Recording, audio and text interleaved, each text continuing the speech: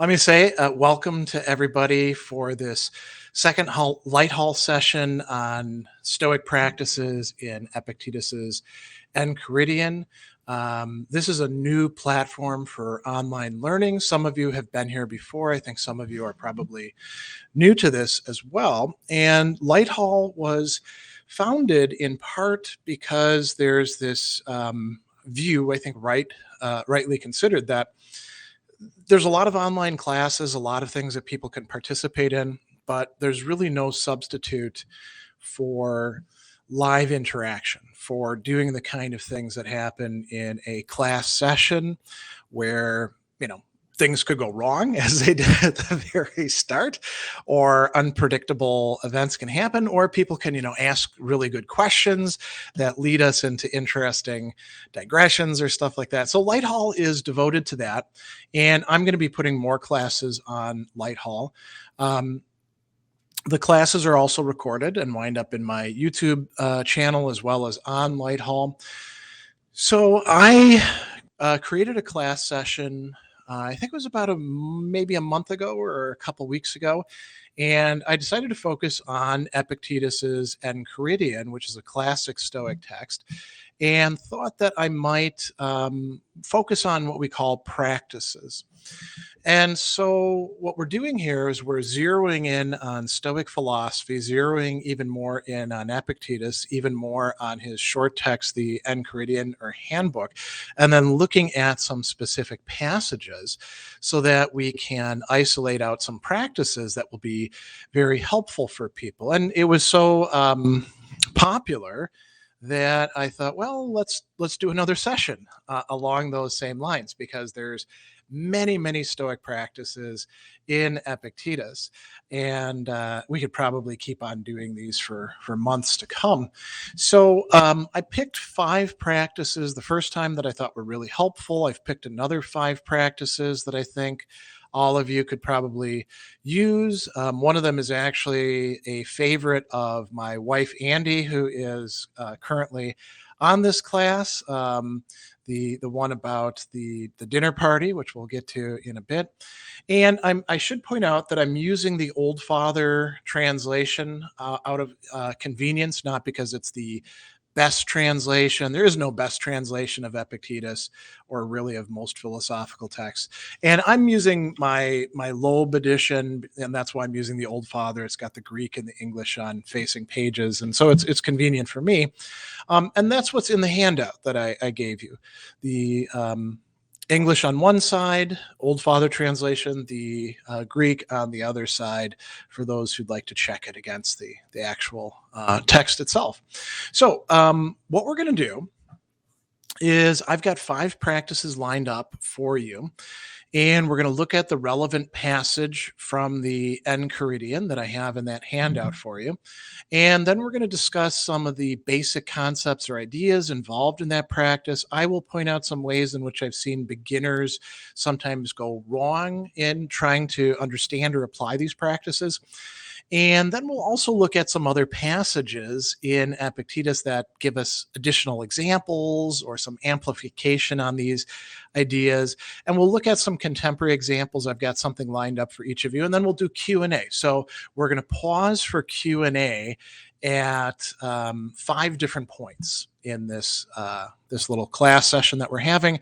And then at the end, whatever time we have left over, we'll use that for general Q&A. So anything that is not specifically about those practices, you might want to hold off on until the very end.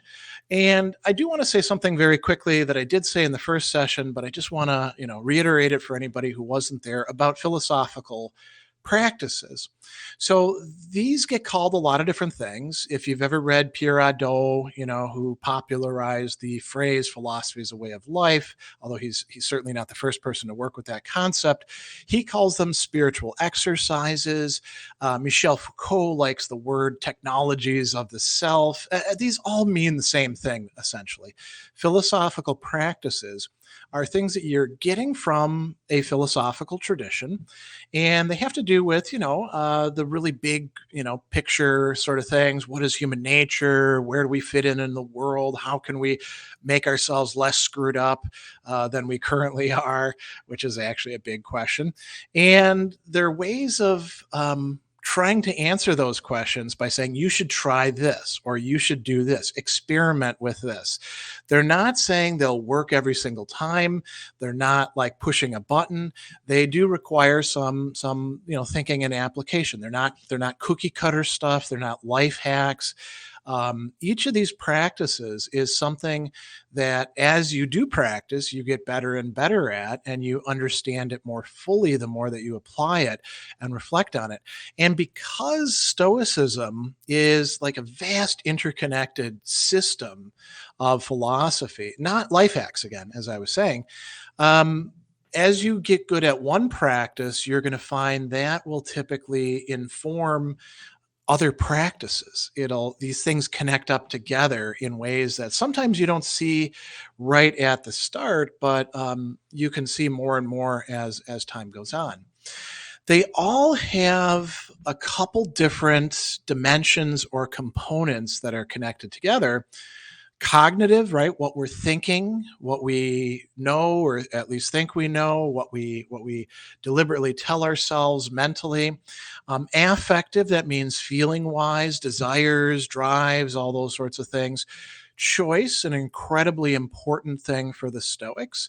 And then finally, action. What do we actually do? And I suppose you could also say that there's a fifth important component to this as well, namely that what we experience, right? So the affective is kind of part of that, our feelings. But we could also say that we have experiences when we try applying these, maybe they don't go quite as well. And then we can, tie in these other things. Did I think things through right? Did I make the right choices? Did I screw up in my action? So all of those are important aspects. Let's jump into the first one. So this comes from Enchiridion chapter 20. But it's running throughout the Enchiridion and Stoic practice in general. Epictetus tells us, here's the relevant passage, make it your first endeavor not to be carried away by the external impression. For if once you gain time and delay, you will more easily become master of yourself. Now, what's going on there? This is where we need to talk about some basic concepts and some terms. So the term there, impression. What is an impression? This is a technical term in the Stoic vocabulary, and actually not just the Stoics, but all the ancient virtue ethicists use this term, phantasia, which can be translated as impression. It can also be translated very often as appearance. It also means imagination. Phantasia is the faculty of imagination and also the imaginations that we have. So it's covering a lot of ground, and it's not just images.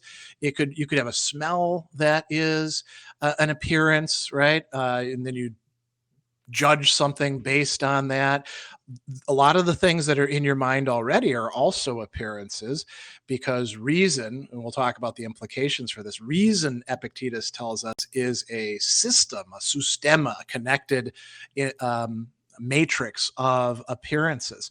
So we're running into these things all the time. And you could call them impressions if you like, because that gets across the idea that they're like pushing themselves upon us, which really fits this particular passage well.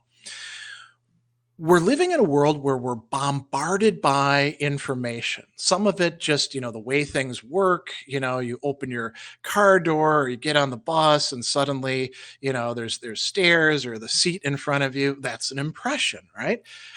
Probably a true one. I take a sip from my coffee. I now have an impression of coffee taste along with half and half that I mixed in with it. We could go on and on and on. And a lot of the impressions that we run into they're very quickly connected with judgments or opinions, doxai in the Greek that Epictetus uses.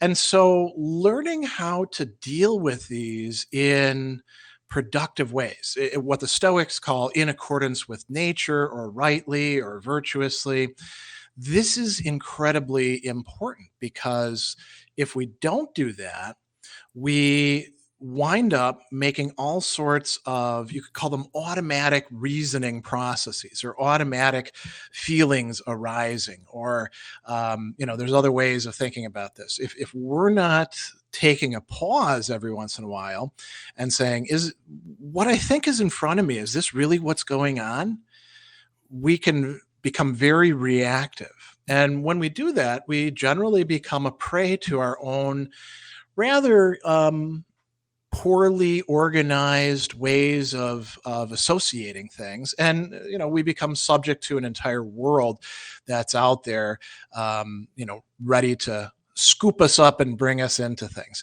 So Epictetus actually tells us we need to take a pause. We need to impose a little time and delay, as he says. This doesn't mean that we need to sit there and become completely navel gazing for hours upon hours or anything like that. But in our ordinary life, we do want to take a pause occasionally when something is in front of us and see what's really there. And quite often, I think all of us have had this experience of taking a pause and not reacting immediately, not engaging in the thoughts or actions or choices that we would normally do, and then seeing that things are not as they originally appeared. Now, beginners will sometimes mess up in two different ways with this. One of them is taking too long of a pause. This is not saying that you should for every single thing in your life, stop and consider it, because you would, the day would quickly escape you. You don't want to get caught in loops of dithering and endless reflection. You still do have to act and make decisions and do things in the world. The other thing that often happens with beginners is trying to do too much. And this is actually, I should point out, this is a problem for beginners with every one of these practices. You typically have to do this in one area of your life and then try to shift to another area of your life where you can start adding that in. Sort of like if you start going to the gym to get back in shape, you don't do every single exercise, right? You pick something, get good at that, then start adding other things in. So that's something you can do. Epictetus has a couple cool passages where he's talking about this. Chapter 6, he reminds us, what then is your own? The use of external impressions. Therefore, when you're in harmony with nature in the use of external impressions, then be happy, be elated, for it will be some good of your own at which you will be elated. In chapter 1, he actually suggests that when we run into harsh, troubling is another way of translating it, external impressions, he says, make it therefore your study to say to every harsh external impression, you are an external impression and not at all what you appear to be.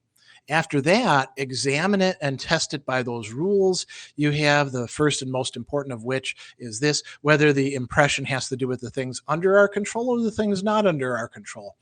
And if it has if it has to do with one of the things that's not under our control, have ready at hand the answer, it's nothing to me. So he's suggesting that whenever we run into something that would bother us, that would get us angry, that would get us fearful, would get us upset, we stop and say, okay, are things really the way that I think that they are? Let's think about this. We can also do this with pleasant things that we enjoy. In chapter 34, he suggests, and there's an entire longer practice associated with this, but this is just the part we want. When you get an external impression of some pleasure, guard yourself, as with impressions in general, against being carried away by it. Nay, let the matter wait on your leisure and give yourself a little delay. So we see again this counseling: take a pause. Don't jump in right away. An example of this could be you go to a place and it's a restaurant, and you see somebody else and they've got a dish that looks really good and smells good, and you're like, oh, that's what I want. I'm having that. Well, you don't know whether it really is as good as you think. And so you shouldn't jump right into those matters. Now, what are some contemporary examples that we can think of? Well, here's one.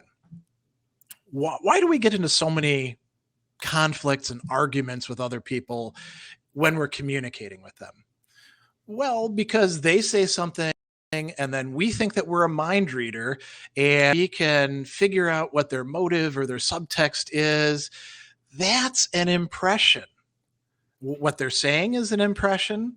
And then, we also are like bringing a new fantasia, a new impression to the scene. And then we wind up with this judgment. Oh, they're denigrating me. Oh, they're not, willing to hear what I have to say. Oh, they said something I don't like. And that's because they're a bad person. Those are all snap judgments that we make because we didn't pause to examine our impressions or appearances. So let's take a little pause for Q&A at this point. What about this is unclear, doesn't make sense? Those are the best places to start. Things that you're like, well, I'm not quite sure what I do with this. Or do you think it's pretty straightforward, just something that we don't do often enough?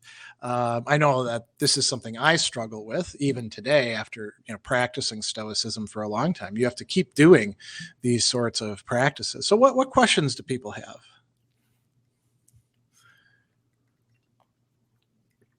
I mean, actually, I'll take something while people are writing. So at the beginning of the session, things got wonky as far as the chat and as far as the interface. Now I could have had the impression, oh my gosh, this is just a catastrophe. I can't do this, right? That could be an impression, but you just take a pause and say, there's probably something I can figure out with this. I need to just be kind of careful with it. All right. So Dirk has a question: how to avoid being carried away by the moment? Yeah. So you won't be able to in every case, right? And this goes back to that beginner advice or beginner problems, but you can remind yourself. You might actually do this if you decide to make this a practice. You might get up in the morning and remind yourself, hey, I'm going to run into a lot of impressions today, and I'm probably going to need to take a pause and examine at least some of them. And that's how you do it. You actually deliberately tell yourself, whoa, hang on a second, buddy. Great example of this is when you get angry. One of the bits of advice that sounds really trivial and simple and even kind of stupid is to count to 10. Turns out that's awfully helpful. You doesn't necessarily take away the feeling of anger, but it does afford that pause, which is important. So you might, have to impose it on yourself, and it will feel artificial at first when you do it. A says, as someone who has a lot of difficulty making decisions, how should we make a final judgment decision after examining an impression? Are there any tips for this? Well, Epictetus gave you one right there. Is this thing falling within the scope of what's in your control or what's not in your control, right? There's a rule. There's a whole bunch of rules throughout Epictetus's Enchiridion and his larger discourses and the rest of, you could say, Stoic literature that we possess, because we still do have an awful lot, even though we've lost even more than we possess. And there's lots and lots of rules that you could adapt from that would be quite helpful. Vincent, I'm new to all this. Is the pause similar to what I've read of as prosoche, becoming a more aware observer of thoughts as they occur? So similar, no. Connected to, yes. Prosoche means attentiveness. Sometimes it gets translated as mindfulness, and it doesn't just mean attentiveness to the thoughts that you're having. It means also attentiveness to your environment, paying attention to what's out there, paying attention to how other people are reacting, and perhaps even, you know, vulnerabilities that they have that we need to be careful about. So prosoche is going to help, and you can have prosoche or attentiveness of the fact that you actually do need to take pauses, right? But this is a different practice. And by the way, I brought up here Ado a little bit earlier. He actually considers attentiveness or prosoche or whatever you want to call it as like its own separate class of practice in his philosophy as a way of life. So that could be quite interesting. Dustin says, I've been experimenting with marking in my habit journal app the times I kept my sword sheathed. So I'm expecting this has to do with conflict and not retaliating. This is a pause in saying or taking a reactive reaction. Yeah, so that's journaling, writing down things is another kind of practice that can reinforce this. And you can use that with any of these practices that we're looking at. Jay says, I have a mantra I've developed over the years: stop, breathe, think, act. Is this sort of what you're talking about? Yeah, it's very similar, except in this case, it's not just about stop, breathe, think, act. It's look at the impressions that are in front of you and, examine them. I'll take one last question, and then we'll move on to the next one from Nancy. I find I do sometimes jump to a negative impression based on previous experience with the person. I now try to take a pause and consider my response, which could include physically excusing myself from the situation. So 2 really good points there. One, to talk about like physically removing yourself from the situation. There isn't just one way to take a pause, right? And removing yourself from a situation that that you're otherwise going to like get riled up in is a prudent move on the part of the person who's trying to take a pause, right? There might be other ways to take a pause. Maybe we need to look away from our screen if we're doing something that's internet based, right, or mobile technology based. There may be things where we need to isolate ourselves out in order to actually take a pause. And then jumping to a negative impression based on previous experiences with a person, totally natural, but also something that we want to try to bring into question, right? I mean, it could be that the person, Epictetus doesn't say that, a harsh impression isn't harsh, right? Maybe the person you're dealing with really is a sadistic, exploitative jerk, and you were right about them the first time, but maybe that's not the case, right? And so this helps us very much in our interpersonal life to respond to people, not just based on the past that we think we know, but on what's actually in front of us. So those are some very good points. Let's talk about the second practice now. Responding to impediments, I call this. And Epictetus says in chapter 9, disease is an impediment to the body, but not to the moral purpose unless that consents. Lameness is an impediment to the leg, but not to the moral purpose. And say this to yourself at each thing that befalls you, for you will find the thing to be an impediment to something else, but not to yourself. Now, the word impediment there, in Greek, it's empodion. You can think of it as something that humbles you, that impedes you, that hinders you, that ties your legs together, hobbles you. That's the word I was looking for, rather than humble. And Epictetus is not denying that things can be, in fact, impediments, but there's something that is not impeded by all these other things that we consider to be impediments. Here it's translated as moral purpose. The Greek word for it is proiresis. We sometimes translate that as faculty of choice or will or other things as well. And this, Epictetus says, this is the core of who you are. the field of what's in your control is where your proeresis extends to, right? So, can you make yourself think about something? Yeah, well, that falls within the scope of your proeresis. Now, there could be impediments. You can't just turn yourself into some sort of brainiac, no matter what kind of mnemonic devices you use. There's things you're going to forget. There's thoughts that you're going to have that arise unbidden, as we say, right, or feelings.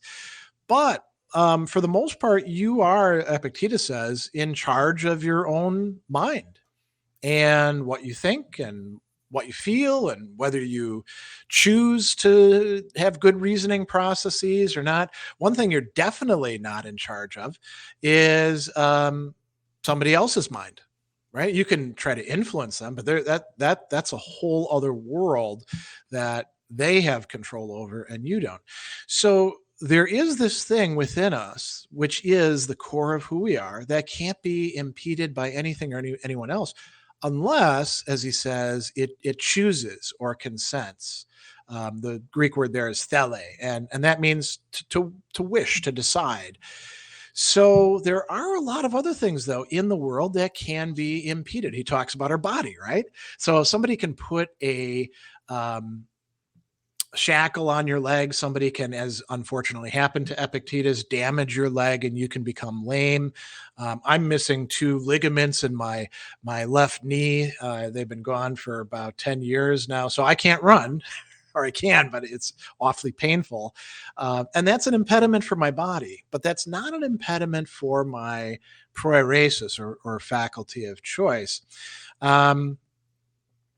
There's a lot of things in our life that can be wealth, position, whether the internet works or not, like I'm going to talk about in just a little bit. All of those are things that can be impeded, and rightly so, because that's the way the world works. If you, well, take this coffee here, right? There's certain physical laws that apply to it. If I try drinking too much of it, and suddenly coffee comes out of my nose, or I start choking or something, that's an impediment. It'd be an impediment also to me talking to you here, but that's just the way things are, right? The universe is arranged in complex ways that typically work the same way. So is the social world. And we need to be able to distinguish between where we are impeded and where we aren't, to use the leg example. So Epictetus was lame and there's nothing he could do about that. I'm also kind of lame. I have done what I can do about it, which is to basically, as my doctor said, max out building the muscles that will help to stabilize the knee. And that's it, So that's an impediment. But what I do with that, whether I feel bad, whether I feel okay, whether I continue to take walks, or whether I say, oh, if I can't, walk perfectly, I'm not going to take walks. Totally up to me, right? I am not hindered in that respect. So Epictetus tells us, this is in chapter 1 of the Enchiridion, the things under our control are by nature free, unhindered, there's that word again, and unimpeded. The things not under our control, he says, are subject to hindrance and not our own. So if you think that things that are naturally, impedable are free, and what's not your own to be your own, you are going to be hampered. You're going to be held back. Well, if you think only what is your own to be your own and what is not your own to be as it really is not your own, no one will be able to hinder you. So again, we sort of restrict ourselves to the things that we actually know we can do something about. He's got another thing that he says in chapter 48. One of the signs of a person who's making progress is when they do find themselves hampered or prevented, they blame themselves. They rightly assign the responsibility to themselves. So they don't say, oh, it's because the government. Oh, it's because, my neighbor. Oh, that this stupid coffee, if it was just better coffee, or, they don't make excuses like that. If they find themselves having allowed themselves to get emotionally invested in things that are outside of their control, as we do all the time, we're not perfect sages. And then, things hamper them. Things don't turn out the way that they want. They find themselves impeded. They can't do what they want or get what they want. They say, oh, I screwed up. I'm the one who actually messed these things up. Some contemporary examples. We live in a world that is so incredibly interdependent in our contemporary life, not just upon, complex causal interactions, but also on other people and the decisions that they make, vast systems that we only see little bits of. Think about all the people who are, complaining about gas prices right now. Is it the Biden administration? Is it the oil companies? Is it the supply chains? Well, it's all sorts of things, right? And if you're going to allow that to become something that gets you worked up, the cost of a particular commodity, you're laying yourself in for a lot of aggravation, and that's a way of being hindered. Our entire internet interface is a great example of how we can so easily be hindered. It's dependent on what companies decide to do, random glitches or interferences, all the hardware that's involved. A very important YouTube channel, Brian Van Norden's channel on Chinese philosophy, was taken down by a YouTube bot, and then he was locked out of his channel. And only fortunately through the intervention of other people, because he made a public stink about it, was that channel reinstated. And it was able to be reinstated because YouTube didn't delete anything. They just took it out of commission. These things, these impediments can arise so easily in anything involving the internet. Let's turn now to some questions. And I do want to hit on this one from Andre from the previous one. Does Epictetus give any advice around dealing with other people's non-objective impressions? He wouldn't say non-objective, he'd say incorrect, right? I'm currently trying to help a friend with drug abuse, with episodes of psychosis. Epictetus would say, you can do your part, but you're not going to change their mind. It's very similar to like therapy, right? People don't get much out of therapy until they decide that I want to do something with this, right? And Epictetus says no person is a master over another's proairesis unless they choose to like give that person mastery, and your friend is probably not going to do that, right? So it's a long, hard road in dealing with abuse and addiction. Mental illness is also quite difficult. If they really have psychosis, that is some difficult stuff. So, keep your expectations low and realize that they are an independent entity of you. You can do whatever you can to help your friend, but that's it. There's no guarantee that it's going to. Andrew says, what about automatic thoughts and ruminating? So two different things, right? Two very, very different things. ACT says there's no control over these thoughts and one should just ignore the thoughts and get on with life. So that's a one size fits all response, so that you should be suspicious of that right off the bat. Automatic thoughts, how are they automatic, right? This is something you want to think about. Are they always going to arise by themselves, or are they only arising in certain situations where you can figure out what the triggers are? Or as you develop yourself, do you find some of them going away? If so, then we're dealing with kind of different animals here, right? And ruminating. Now, so you can have all sorts of thoughts that arise, as we say, automatically. And when you have that happening, you can actually analyze them. That's part of what Stoics do. They say, what are our thought processes? How are we getting to this appearance at this point? What's behind that? Ruminating is something that you have more of a choice about, right? Because ruminating it's not just a thought pops in your head.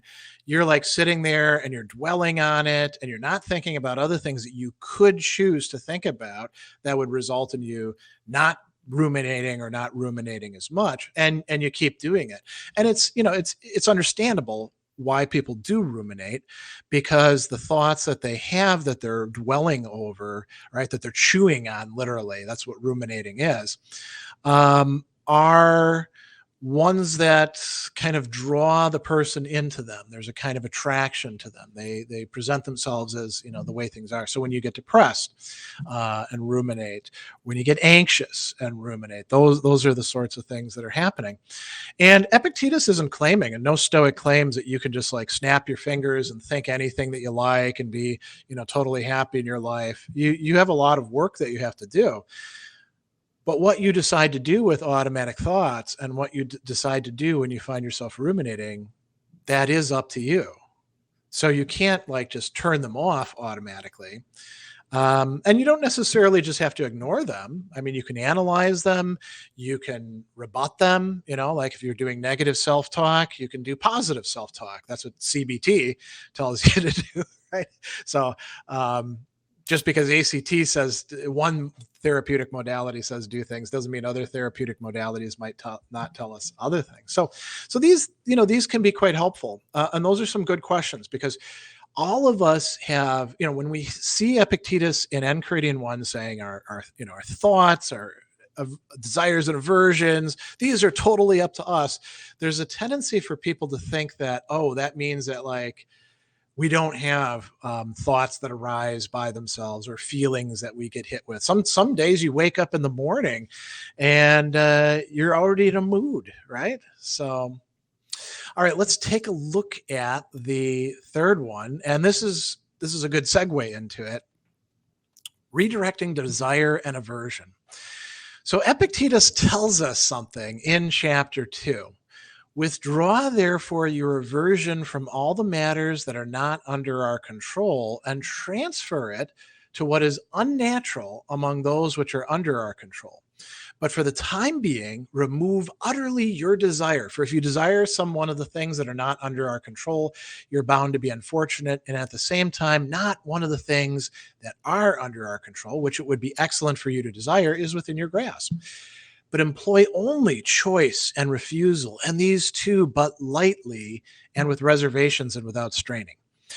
So this is a very interesting passage. And I'll tell you that this is one that I've had clients, who are getting into Stoicism, and they're like, I think this is going to help me out, but what the hell does this mean? And how the hell do I do it?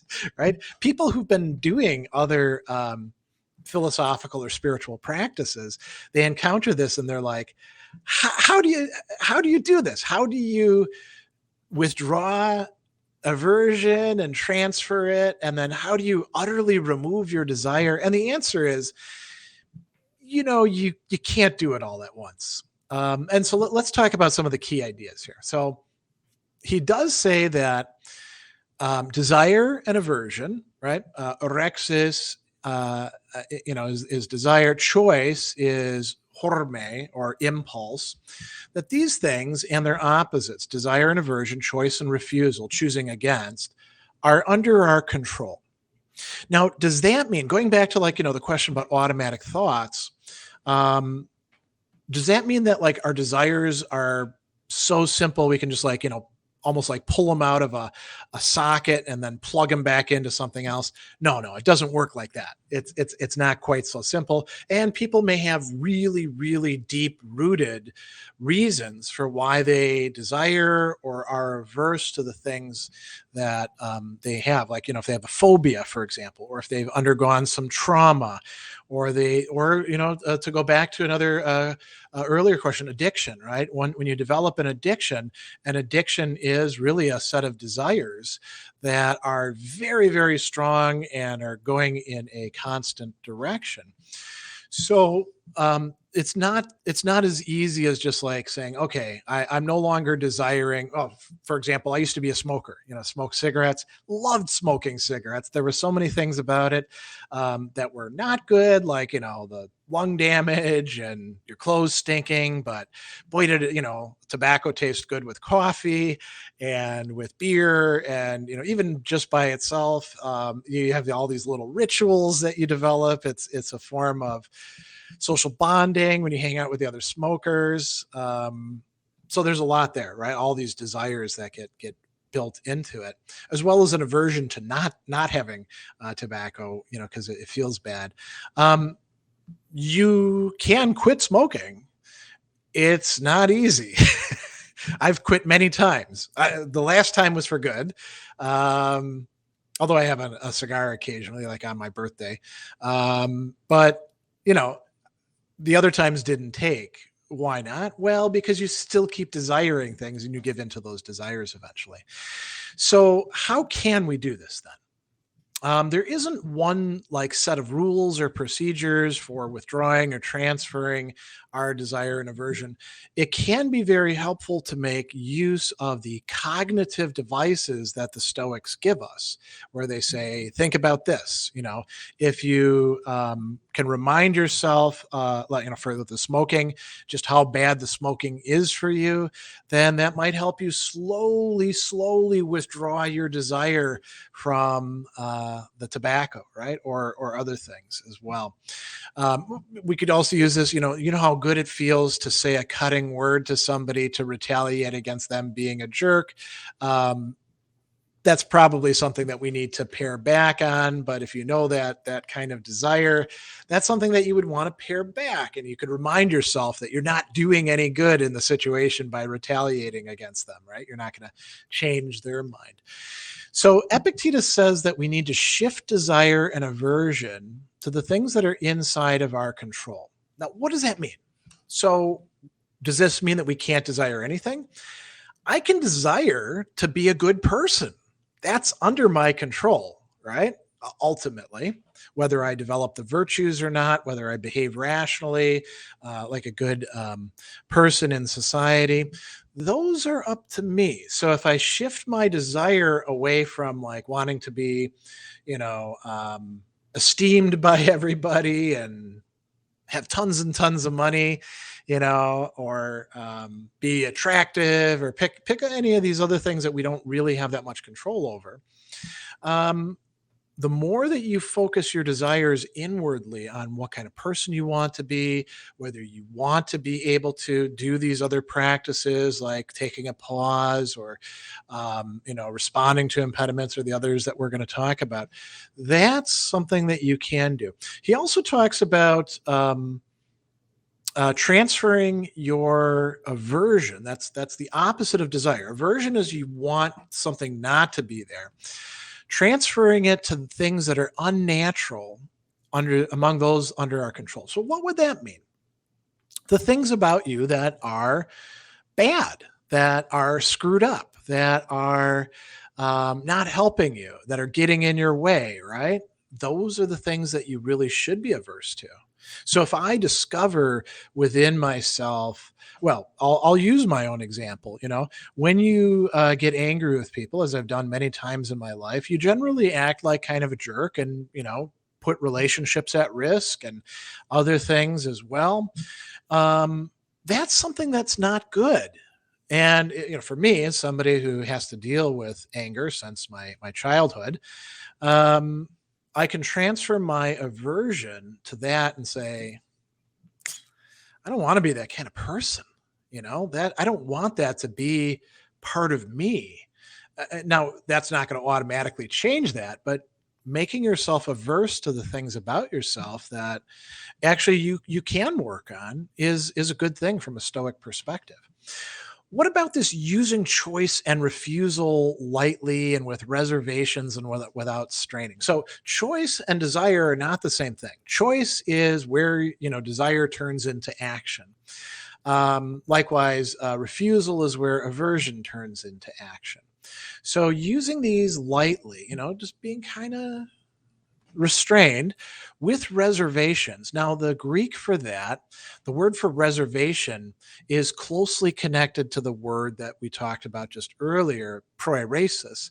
It's hoop ex airesis, right? So it's the same thing. Hoop ex, again, with sort of like holding yourself back in how you're choosing something, and without straining, without making it unnatural for yourself. Beginners get mixed up about this sort of thing in two main ways. One is trying to do this all at once. You cannot do this all at once. It's just not possible. And when people try to do that, they often get discouraged. But the other is not realizing that this is a matter both of deliberate choosing, habituation, and reworking your reasoning processes, right? So it's not so simple as just like turning a hose to go one way instead of another. We have to use a lot of cognitive work to do this. And it may actually be something that you do in therapy with somebody else helping you, or in counseling or something like that. Now, Epictetus has a couple interesting things to say about this. I just want to bring up two passages. He talks about this in chapter 48, and he says that a sign of a person who's making progress is they go around like an invalid, being careful not to disturb before it's grown firm any part that is getting well. They've put away from themselves their desires and transferred their aversions to those things only of what is under our control, that are contrary to nature, contrary to our fully developed human nature. He exercises no pronounced choice in regard to anything. If he gives the appearance of being foolish or ignorant, he doesn't care. He keeps guard against himself as though he were his own enemy lying in wait. Now, we are oftentimes our own enemy lying in wait, because we've got all these screwed up dynamics and habits and associations that we don't often realize until we start making them actual, and then we make ourselves unhappy. He also says in chapter 31 that, if we withdraw our idea of the good and evil from things that are not under our control, and we put it deliberately under those that are under our control, we're going to be much better off. If you think any of those things that are outside of our control to be good or evil, when you fail to get what you want and fall into what you don't want, it is inevitable that you will blame and hate those who are responsible for these results. And he says it's the nature of every living creature to flee from and turn aside from the things that appear harmful and all that produces them, and to pursue and admire the things that are helpful and what produces them. So we have to be careful, as he says, to exercise desire and aversion as we should, right? Now, some, contemporary examples of this. Think about scheduling. We schedule all these things to happen at different times. We're desiring that things turn out a certain way, right? And we're also averse to certain things. We don't like things being put off, unless, of course, we haven't done our work, and then we're like, hey, let's put this off for a week, right? We can schedule things as much as we want. That's in our control, right? We can create Google calendars like I use.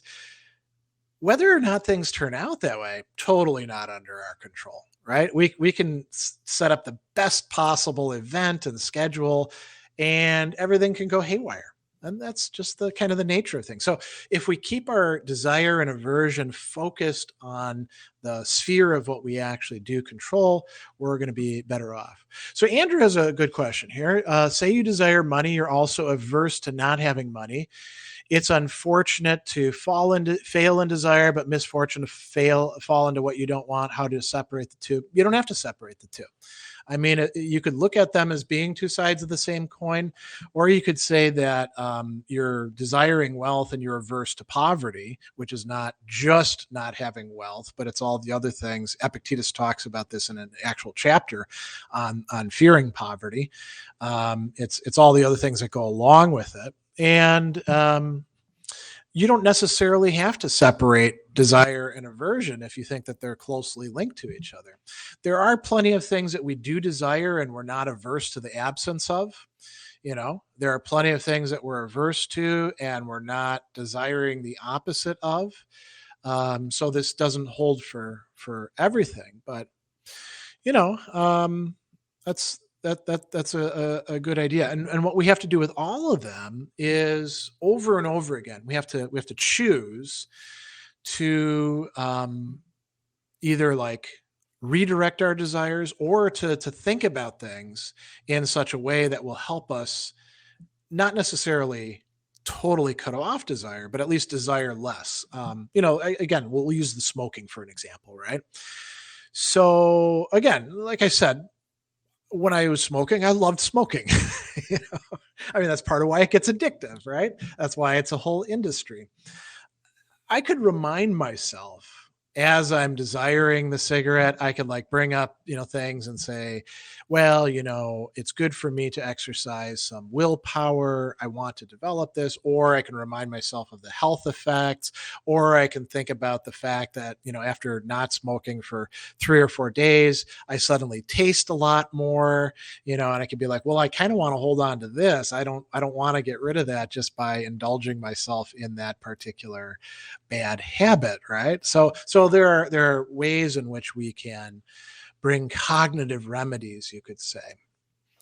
Any other questions about this one? I think we're more or less on time as far as things go. Otherwise, I'll just jump right into the next one, which is a little bit more concrete, you could say, at least in its imagery. Should we go right into that one? The one about the dinner party or banquet, as it's translated. Well, Andy says sounds good because this is her favorite one. so, so I actually want to point something out about terms here. So when it says banquet, the Greek word for that is actually symposia. And so this is a coming together to drink and eat. What we could call it a banquet, a dinner party. It's some sort of occasion, right? And this is an extremely important part of the ancient world and its culture. So he says in chapter 15, remember that you ought to behave in life as you would at a banquet. As something is being passed around, it comes to you. You stretch out your hand and take a portion of it politely. It passes on. Do not detain it. Or it has not come to you yet. Do not project your desire to meet it, but wait until it comes in front of you. So act towards towards children, towards a wife, so towards office, so towards wealth. So what are the basic ideas here? Well, you're at a party, right? And there's things coming around. As he says, don't stretch out don't project your desire to meet it. The Greek word there is epibala, which literally means to throw at, right? Don't throw your desire out there at the, I don't know, the shrimp cocktail or the what are other things that people glom onto? There's like a particularly nice hors d'oeuvre and everyone's like, oh, I'll take 3 of those. No, just take one. Take your fair share, right? And don't throw your desire all over the place looking for the things. There's something probably in front of you. Have some of that, even if it's like, just potatoes. Potatoes can be quite nice, right? So and Epictetus is saying it's okay to take the things that do come your way. It's not okay to like take the whole dish and just sit there and eat away at it, right? Because then you're depriving other people of their fair share. But it's okay to take your portion, what we could call a fair and fitting share. And then it's really important to allow things to pass on, not to try to hold on to them, right? Imagine that you're at a dinner and people are passing dishes around and you just pile them up in front of you just in case you want some of them later on. That's bad behavior. You're being a jerk, right? You're monopolizing all of the wonderful dishes. They're probably also going to get cold by the time they get to other people. So, focusing too much on what's not in front of us, but what we're hoping to come along, or trying to hold on to things too long. It's not just in terms of eating and drinking, it's also in terms of everything else. As he points out, act this way towards your children, towards a spouse, towards office, towards wealth.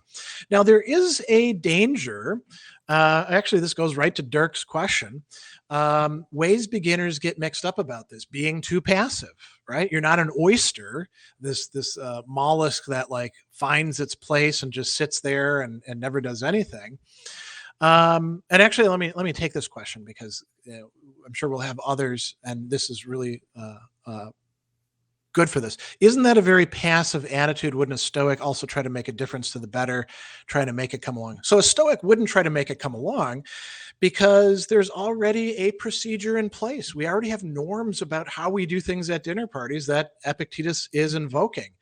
It's perfectly fine to follow functional norms that work the way that they should, and you're going to get your fair share, I mean, if you were sitting there and you're at the very end of the table and everything comes to you and everything's already, taken out of the dishes by the time it gets to you, I think it would be perfectly fine to like go up to the host and say, hey, this isn't working here, right? This is non-functional.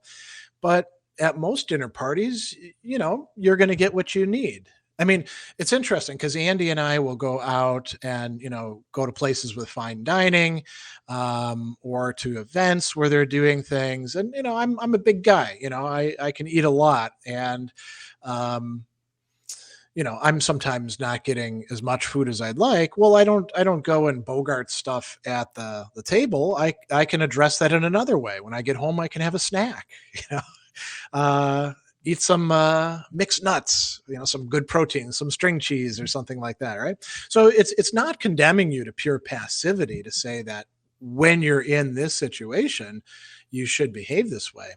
And I think this will be helpful when we get to the contemporary examples.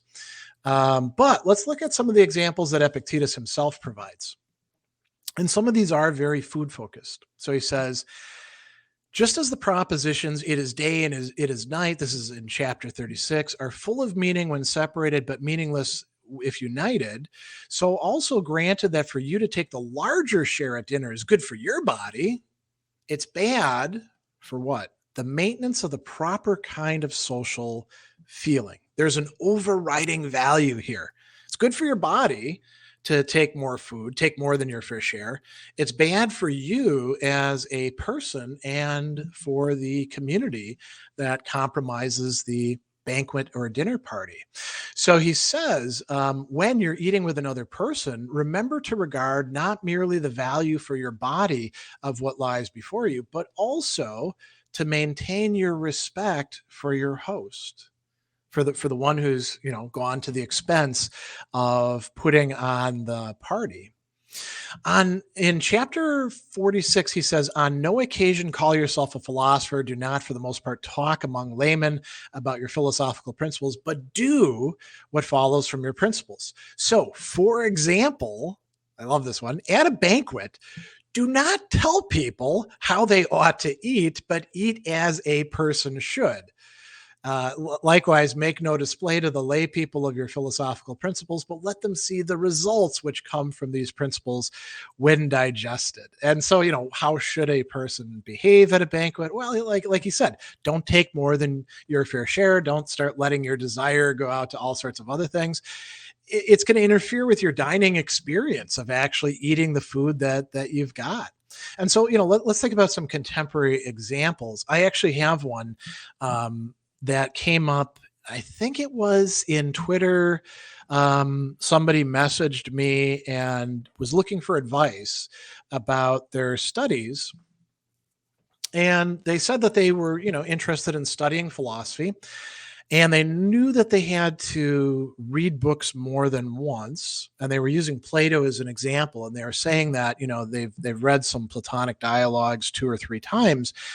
And they're finding they're getting bored with it. They're not getting more out of subsequent readings, but instead they're just seeming to cover old ground, right? And then what else is in their message, which I thought was really telling, is that they find themselves thinking about all these other philosophers who they haven't read that they're anticipating reading, like Hegel or Nietzsche, or I think Rene Descartes might have been in there, or whoever. And as I read through their thing, I was like, I think these two things are probably related, because the experience that you typically have rereading a classic work of literature is that you get more out of it the next time around. I'm sure all of you have had this experience, right? You read Plato's Meno the first time and you're like, okay, I think I got what's going on here. You read it a second time and you're like, holy crap, I missed this thing over here. Then you read it the third time and you're like, oh, I also missed this thing, and this thing. And then you're like the fourth time, and you're like, oh, these things are interconnected. And then, you're like, wait a second, Socrates, who says he doesn't actually know anything, he knows a whole bunch of things. You're getting more and more out of it.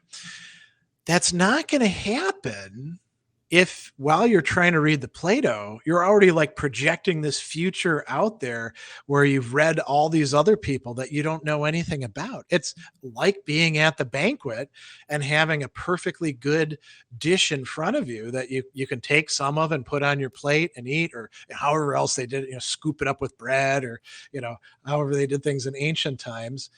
And instead of like tasting the food and savoring it, you're like looking at the next dish down the line. You miss out on things that way, right? So this can apply to our reading. I think this applies a lot to a lot of people when they're dating or married, and they have what we call a wandering eye. Your spouse or boyfriend or girlfriend or whoever, your partner, should be good enough for you. If they're not, well, maybe, you need to think about that relationship. But if you're there in the present with them, then, maybe you shouldn't be looking over there for somebody else. Jobs, there's a lot of people who don't do very good jobs or have satisfaction. Now, there's a lot of crappy jobs out there. I'm not gonna deny that, right? There's a lot of inequities in jobs, but you could have a decent job, and then you're always thinking about the grass being greener on the other side, as we say. Purchasing and consumption, right? You buy yourself, I don't know, let's say you're into shoes. I'm not really into shoes, but there's lots of people who are. So you buy yourself a new pair of shoes and you're like, oh man, these are going to be so great. And then you go, walk around in them, and it turns out they don't fit that well at first. You got to break them in, and you're already like thinking about the next 5 pairs of shoes you're going to get, right?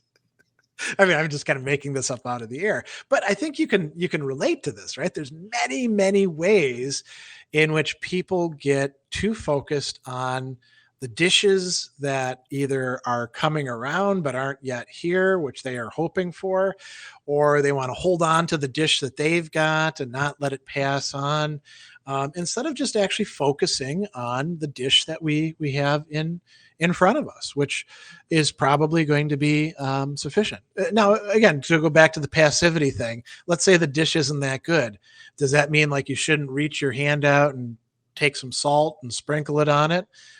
No, that's perfectly fine, right? You don't need to go to the salt mine and mine some. You don't need special Himalayan sea salt, or something like that in order to make it a good dish. So any questions about this one? It's this wonderful, very, very concrete metaphor, but it sure applies to a lot of things in our existence. If you can do this, you will certainly be a lot freer and happier. Any questions or any other examples that people want to bring up, of not paying? What is the phrase that we have we say, focus on your own page, right? If you're taking a test or doing homework, you work on your own page, not on somebody else's. Eyes on your own page. That's what people say, right? Andy says, keep your eyes on your own paper. Yeah. So any other examples that people can think of, though? I think there's like literally thousands of things that we might be extending our desire, throwing our desire out into dishes that are not our own. It can even ruin like gameplay. I saw my kids playing Minecraft, eyes on your fries. That's a good one too.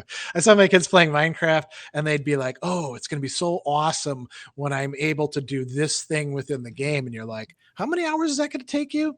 "Oh, it's going to be a long, long time. First I got to do this, then do this, then do this, then do this." And you're like, "Are you having fun right now?" I'll have fun when I get there." And you're like, "That's not." Oh, Minecraft grieving. Okay, so if people don't know what grieving is, that's if you play in a shared world and you make something and then somebody else comes along and like sets a trap in it or knocks it down or starts it on fire or does things like that just to mess with you. And actually, that's a good example going back to the hindrance thing, right? If your goal, if you get really wrapped up in a virtual world and your goal is to accumulate whatever it happens to be in that world, and the world is set up in such a way that other people can mess with you, you are probably going to be hindered at one point or another, right? And it's tough when you've invested a lot of time and energy and thought into something to not be able to walk away from it and say, well, it's how things happen, right? You get upset about that. Okay, so A says, let's say the rest of the guests are a bunch of wolves, essentially rat race business culture. Would it be more appropriate to change tactics and throw your desire at the food? If that's the case, then you're not at a dinner party. You're not at a banquet. You're at, like you said, a rat race business culture feed or something like that. And then probably it depends. I mean, you could say this sort of thing isn't for me. I'm not going to participate in this. I mean, there's nothing that says that you have to be in one place and not in another. Throwing your desire at the food. If you could do this without throwing your desire at the food. You could say, okay, what's the rational thing to do? I do need to get something to eat. I don't necessarily need to be like emotionally invested in that. I just need to make sure that I get my fair share.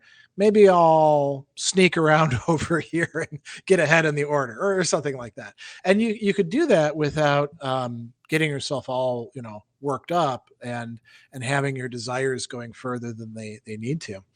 Nancy says, you've given me a lot to think about. I'm actually doing the complete opposite, learning about Stoicism. I've bought dozens of books I haven't had the time to read. I know I have to manage this better. I think that's kind of common, actually, when you find something that you're benefiting from and you think is interesting. It could be books. At least you're not saying, oh, and by the way, I also bought myself 20 challenge coins. I got myself a Stoic tattoo or something like that. Things that are like totally extraneous to Stoicism. Buying books, at least. Okay, the books have some knowledge in them that you can use. You don't have to read them all at once. As a matter of fact, think about this. You make yourself a dinner party of books. You're the only guest. Nobody's going to take your books away from you. Just read this one book and, enjoy it or savor it or get what you want out of it. And I guess it's less like a dish and it's more like a meal. You've got this whole meal for yourself here. And then, you can move on to the next meal. Maybe you don't buy any more books until you've gone through the books you have. But books are great. I mean, this is total digression. But one of the cool things about books is you can read them. And then if you want, you can pass them on to somebody else, right? And it's not like the knowledge goes away that you had. It's really quite wonderful. I actually have a friend, an old client, who buys a lot of books, and then he reads them, and then he sends them to me, and he says, "Hey, either you can use the book, or you can sell it to somebody, or you can find somebody else who can use the book. Let's keep these things in circulation," right? So, I mean, a book is a dish that, unlike other dishes or a meal, it's not lost in the consumption of it, right? So that's kind of a cool idea. Let's go on to the next one before we run out of time. This is the last one. Eliminating envy, I call it. And this is a big problem for lots and lots of people. In chapter 9, he says, "Beware lest when you see some person preferred to you in honor or possessing great power or otherwise enjoying high repute, you are never carried away by the external impression and deem them happy. For if the true nature of the good is one of those things that's under our control, there's no place for either envy or jealousy. And you yourself will not wish to be a praetor or senator or a consul, but a free person. There's only one way that leads to this. This is to despise the things that are not under our control." Um, Now, notice that he's talking about something that we began this session with, external impressions, right? When you have this impression that somebody is being preferred to you, somebody's being elevated above you, somebody's being given the attention that you're not getting, um, don't be led away by that. Don't engage in mistaken, automatic, or implicit, or however we want to say it, subconscious reasoning processes, because there's more to the story than just that. We need to think about what's actually being said here. So, what is being said? He's saying, um, don't assume that these things make people happy, because a lot of times they don't, right?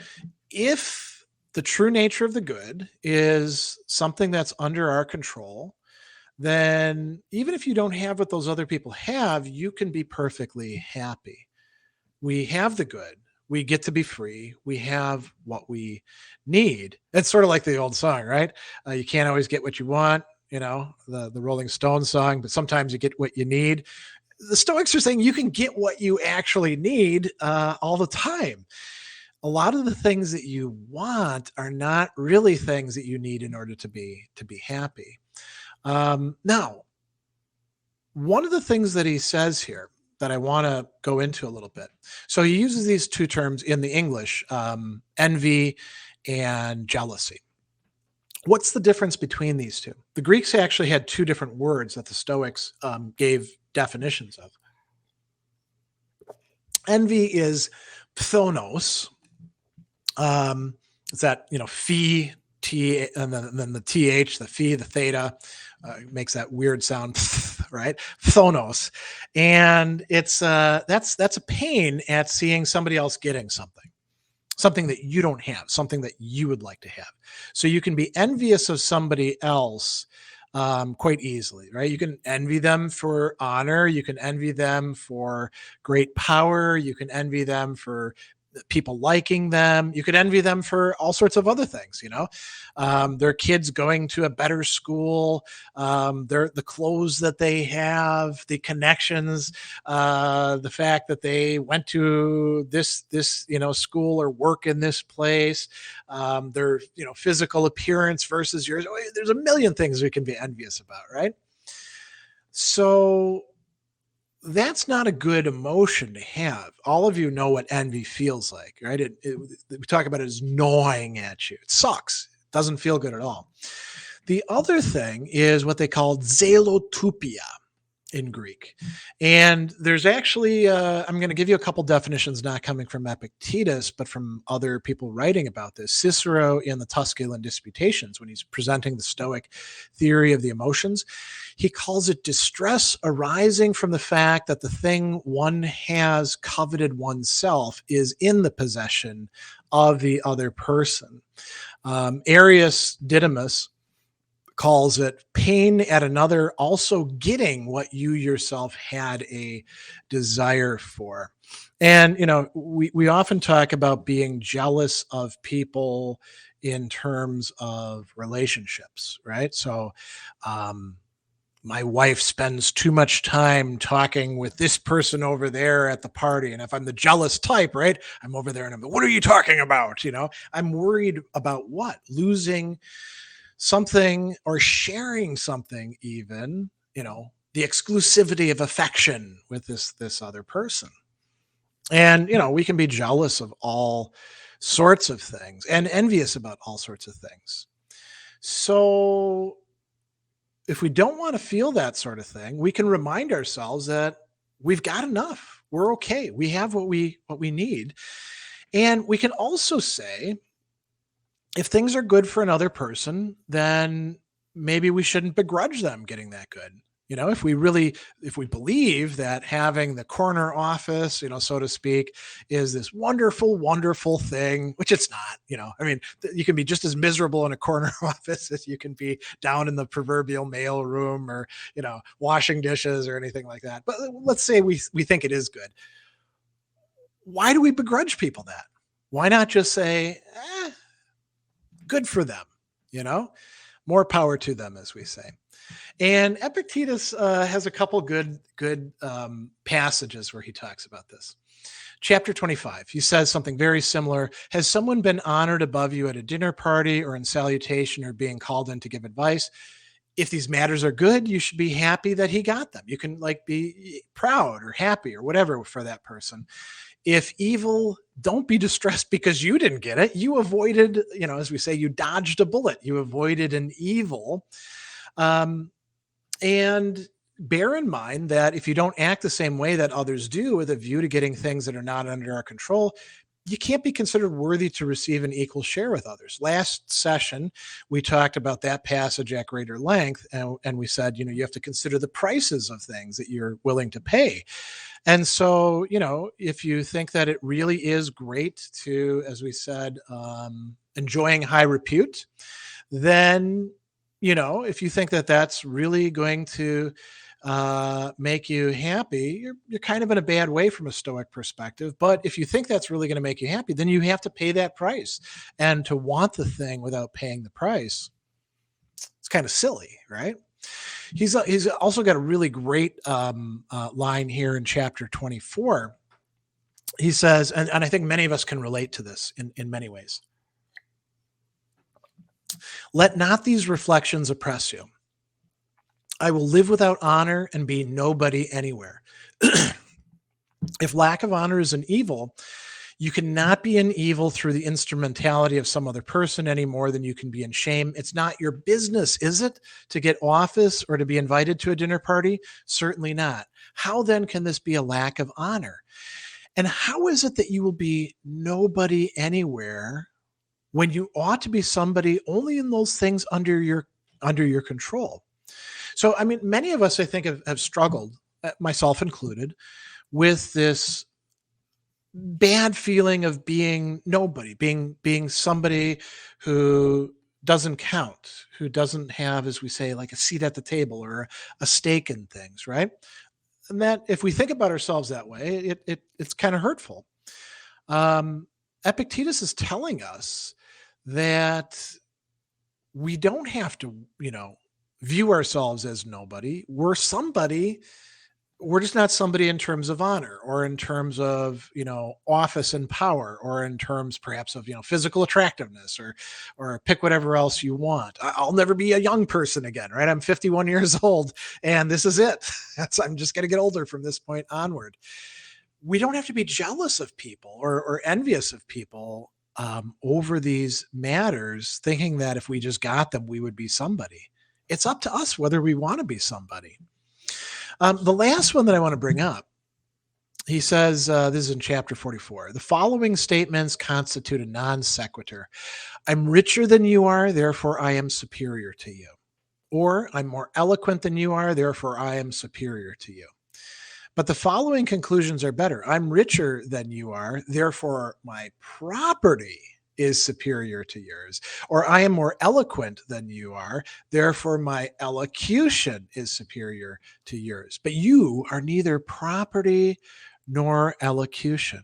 And this kind of goes back to some of the points that we were making earlier in the start of the session about impediments, right? The impediments have to do with things that are external to us that we can have and use, but are not us. I'm not my wealth or my elocution or the clothes that I wear or anything like that. I am the internal things, my faculty of choice, my mind, my habits, all of those sorts of matters. So again, if we think about these sorts of things, that will help us not be as jealous or envious of other people who seem to be doing quite well, right? And sometimes infuriatingly well, right? We're like, they don't deserve any of that, right? We can be jealous and envious of people who do deserve it. And I wish I had that too, but it's awfully really galling when we see somebody who we think doesn't deserve it getting really by in the world, isn't it? And I think, to think about contemporary examples, and we'll take questions. It's a little bit tougher, I would say, in our hyper-connected, internet, media-rich, advertising being targeted at us all the time age. It's very easy to make all sorts of assumptions about how other people are doing and the wonderful life that they're having, which could be completely false. These are just appearances, right? The life that people are living on Facebook or Instagram or even Twitter, which is probably a little bit, more pugnacious in nature. Those are just tiny little windows, very often carefully managed into a person's life. They're not necessarily what that person is really living through. And so we want to think about what will actually make us genuinely happy. It's probably not all those things that we see other people having that we then can be envious about, the things that will make us happy are the things that we actually do have control over. Dustin says, I was recently envious of a peer's career clarity. I didn't want anything on that path, but he was so clear. I craved that. That's very interesting. Funny thing to work through, and the passage made me laugh. Yeah, so it's not being envious of the fact that like their career is going well. It's envious of the fact that they understand what's going on with their career. They have clear goals or something like that. Now that's a really interesting one, because I think that some of that is stuff in our control, right? I think it does make sense, not necessarily to be envious or jealous, but to emulate people who we think have clarity if they're clear about the right things, right? You could have a clear career path, but as we say, for evil, right? You're like, I totally want to commit genocide, and I see all the right steps to do it. Now, there's a very far-fetched, example. That's not something to be envious of, right? Or emulate. But if somebody is like, I want to be an architect, what do I need to do it? Well, I got to go to this school, and I got to do this thing, and I've got to do this internship. That might actually be something kind of admirable, Dustin says he's in sales. Okay, so it's probably something like I want to move this much product, or get this many customers, or follow up on this many leads. It's probably some metric like that, then, right? So yeah, that might be a little bit different. All right, so Gary says probably a more suitable example than the song of the Rolling Stones is the song of Joe Jackson. You can't get what you want till you know what you want. Well, that's a very good one too. Yeah. If a lot of times, and this goes back to the desires and aversions thing, right? We have desires and aversions that if we properly looked at them and thought things through, the force of that desire or aversion might be lessened, because a lot of times what we think we want and what we actually do want, not the same thing, right? We experience this all the time when we actually do get what we think we want, and then we're not happy with it. We go to a restaurant and we're like, oh, I can't wait for this amazing meal. We get it in front of us, and then we start eating it, and we're like, oh, the first bite's so amazing, right? And then after a while, we're like, I don't know why I ordered this. I don't really like it that much. So that's a good example. Vincent, a few years ago, I could have easily been envious of somebody like Johnny Depp, a wealthy celebrity with a beautiful young wife. Then I got a glimpse into his life behind closed doors. So another good point. Yeah, a lot of times, it could be that we actually do get the experience that we want, and it doesn't measure up, or we get to see, as you say, behind closed doors. We get to see what the reality of that person's life is, and that they're not as happy as they were pretending to be, as they projected themselves as being as other people were saying about them. And I think, again, to go back to that point that I was making, it's not as if celebrities have not been around before and people didn't dream, oh, if only I had wealth or social status or power, or a body in good shape or beauty or something like that, everything would fall into place for me, right? That goes back before even print media culture. We see this in fairy tales and stuff like that, but it's become especially difficult in our time where we're so bombarded and saturated with images, constantly not just informing us, but shaping pictures, and advertising, is very much about like creating desire where there wasn't desire, or channeling desire. And so I think we have more challenges in that respect than perhaps previous generations did. A says, not on the topic of any. Well, that's fine, because we can take some general questions. We're actually close to the end of the time, but let's do some general questions. I wonder how to deal with situations when I know that showing my frustration or anger can change the situation to my liking, when rationality, calm discussion don't work, and so using the emotion is functional in that way, even though I let an external thing, desire, get the better of me. It's a great question. Seneca actually talks about cases like that in his book on anger, which I would highly recommend. It's a great, well, what about this? Here's my answer. Here's the Stoic answer. What about this? Here's the Stoic answer. And yeah, anger can be functional. And that's part of how I got in so much trouble with anger, because as a kid, I found that, getting angry and raising my voice and, sometimes even like physical, threats and violence and stuff like that, in some cases would get what I wanted, right? Or at least protect me from other people. And I think there's lots of us in that boat. Anger is, even for those like Aristotle who think that you can feel anger virtuously, and that sometimes you should get anger, very, very dangerous, because every time that we're using it, it is creating a habit within ourselves. Epictetus actually talks about this in his discourses. There's actually several chapters devoted to anger, about these sorts of things. So I actually myself, I don't completely follow the Stoics in saying that anger is always bad. I'm a bit more Aristotelian, but I think we have to be like super, super careful with it. And we have to be very cognizant of the kinds of habits that we're forming or reinforcing. Andrew, here's a good question to go out on. More recent philosophers that can illuminate Stoic principles, Montaigne, for example. Now, Montaigne is not all that recent. He's early modern. And who he's referencing there, Miguel de Montaigne, great thinker. I love reading him in part because he puts me in conversation with other thinkers I love, like Plutarch and Cicero. There are many people who have adapted Stoic principles and practices, and you can find quite a few of them in the early modern period. Montaigne is one of them. There was an entire neo-Stoic movement that Montaigne is usually like placed within, and that lasts really into the late 18th century.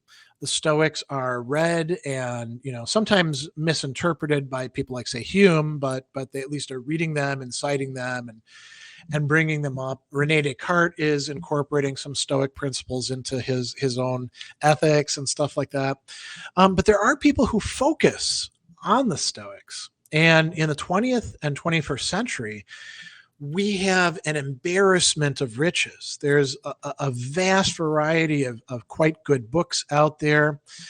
And Schopenhauer is not really Stoic, and doesn't have much in common with them. As a matter of fact, there's also like plenty of people who like I mentioned, Hume, misinterpret the Stoics, and there's plenty of them in the 20th century as well. But let's focus on the people who don't.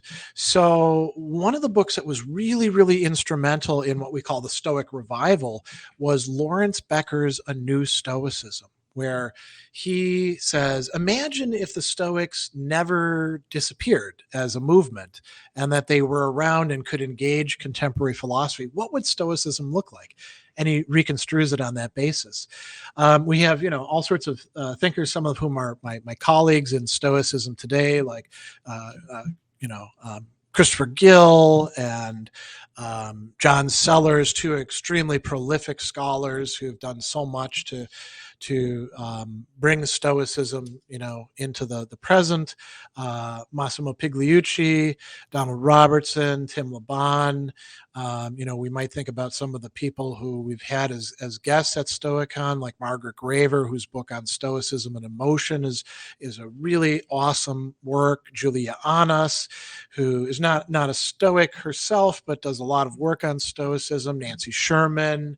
We could go on and on and on. There are many really great, well-informed, conscientious people writing on Stoicism and, looking at contemporary examples in the present day, going back into, all the way back into about the 1980s. Stoicism was probably less well attended. Oh, I should mention Anthony Long, also a speaker at Stoicon. So there's lots of really great scholars and works, some of whom write in very approachable ways, not in sort of academic jargonese,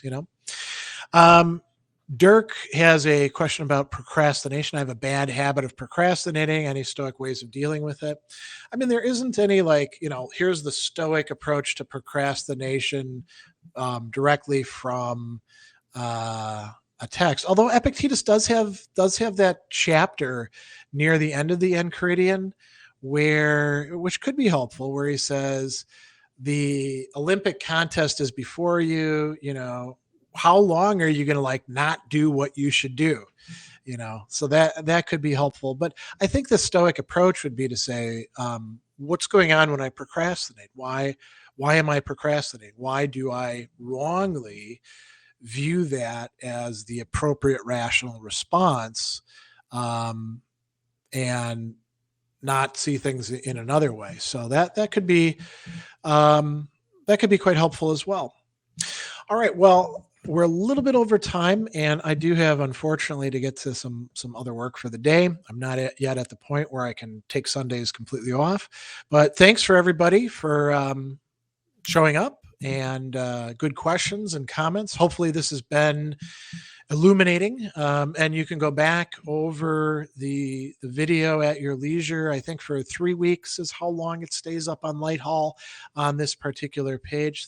Everybody saying thanks, you're very welcome, and thank you. And check out the other stuff that we've got coming up on Lighthall when it gets posted. It's not all there right now, but I'm going to be using this platform for quite a while myself. And I'll see you all somewhere else in the internets.